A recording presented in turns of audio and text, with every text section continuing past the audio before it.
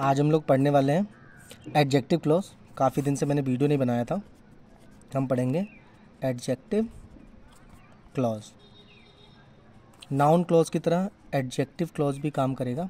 दोनों में कुछ माइनर से डिफरेंसेस हैं जो मैं आपको क्लियर कर दूंगा। पहले देखते हैं एडजेक्टिव क्लॉज में होता क्या है।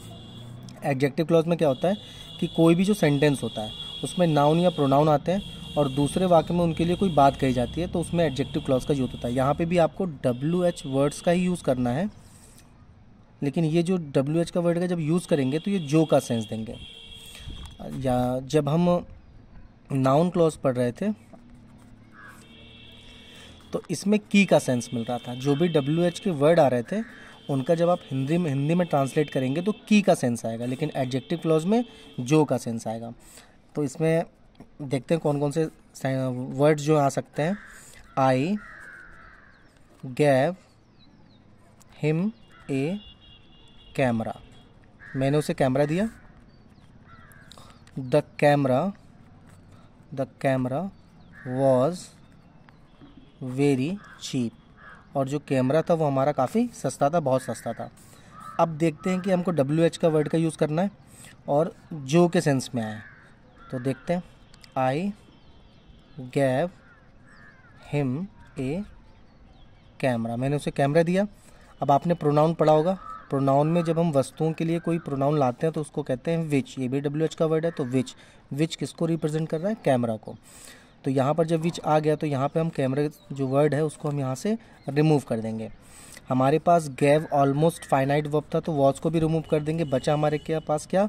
Very cheap. तो लिखेंगे विच वॉज, लिख देंगे विच वॉज वेरी चीप, इसको रहने देंगे, which was very cheap.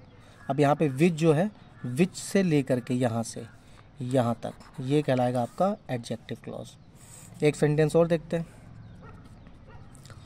This is the school, hand writing मेरी बहुत सुंदर है, डर मत जाना। I was taught here in my childhood. तो ये आपका सेंटेंस है। अगर ध्यान से देखो इस सेंटेंस में तो किसी प्लेस की बात करी जा रही है। स्कूल इज़ अ प्लेस, तो यहाँ प्लेस की बात कर रहे हैं, तो ठीक है, प्लेस के लिए कौन सा वर्ड आना है? This is the school. School अब प्लेस है तो यहाँ लगाएंगे वेयर। ठीक है, वहाँ पे मैं क्या कर रहा था? I was taught in my childhood. ये ध्यान दीजिएगा कि वेयर जो है किसको रिप्रेजेंट कर रहा है? स्कूल को। तो ये वेयर से लेकर के यहाँ तक आपको कहलाएगा एडजेक्टिव क्लॉज। अगर ये नाउन क्लॉज होता तो जो का सेंस नहीं देता बल्कि की का सेंस देता, लेकिन यहाँ पर जो का सेंस दे रहा है, इसीलिए ये एडजेक्टिव क्लॉज होगा। एक सेंटेंस और देखते हैं। द मैन वॉज कॉट, आदमी पकड़ा गया है। द मैन वॉज कॉट, उसने क्या किया था भाई? ही स्टोल माई वॉच, घड़ी चुरा के भाग रहा था भाई साहब। तो आपने किसको पकड़ा? आपने एक आदमी को पकड़ा जो घड़ी चुरा के भाग रहा था ना। तो आदमियों के लिए, व्यक्तियों के लिए किसका यूज़ करते हैं? हु का करते हैं। अ मैन, हम इसी की बात कर रहे हैं। हु, इसने क्या किया है? स्टोल, चुराया है। क्या चुराया है? माई वॉच, मेरी घड़ी। क्या हुआ? पकड़ा गया।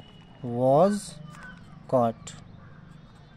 अब ध्यान से देखो, आदमी की बात कर रहे हैं, जिसने या जो मेरी घड़ी चुराया है, पकड़ा गया है। तो यहाँ पे यहाँ से लेकर के यहाँ तक आपका होगा एडजेक्टिव क्लॉज। एक और देख लेते हैं। He was weeping for some reason, वो रो रहा है, वो रो रहा था, किसी कारण है उसके पीछे, किसी कारण की वजह से। नो बडी न्यू, कोई नहीं जानता। द रीज़न, उस कारण को कोई नहीं जानता। तो याद करो कि जब रीज़न की बात करते हैं तो हम वाई का यूज़ करते हैं। तो ठीक है, हम यहाँ वाई का यूज़ लगाएंगे कि किसी को नहीं पता कि वो क्यों रो रहा था। तो लिख देंगे इसको जब चेंज करेंगे हम।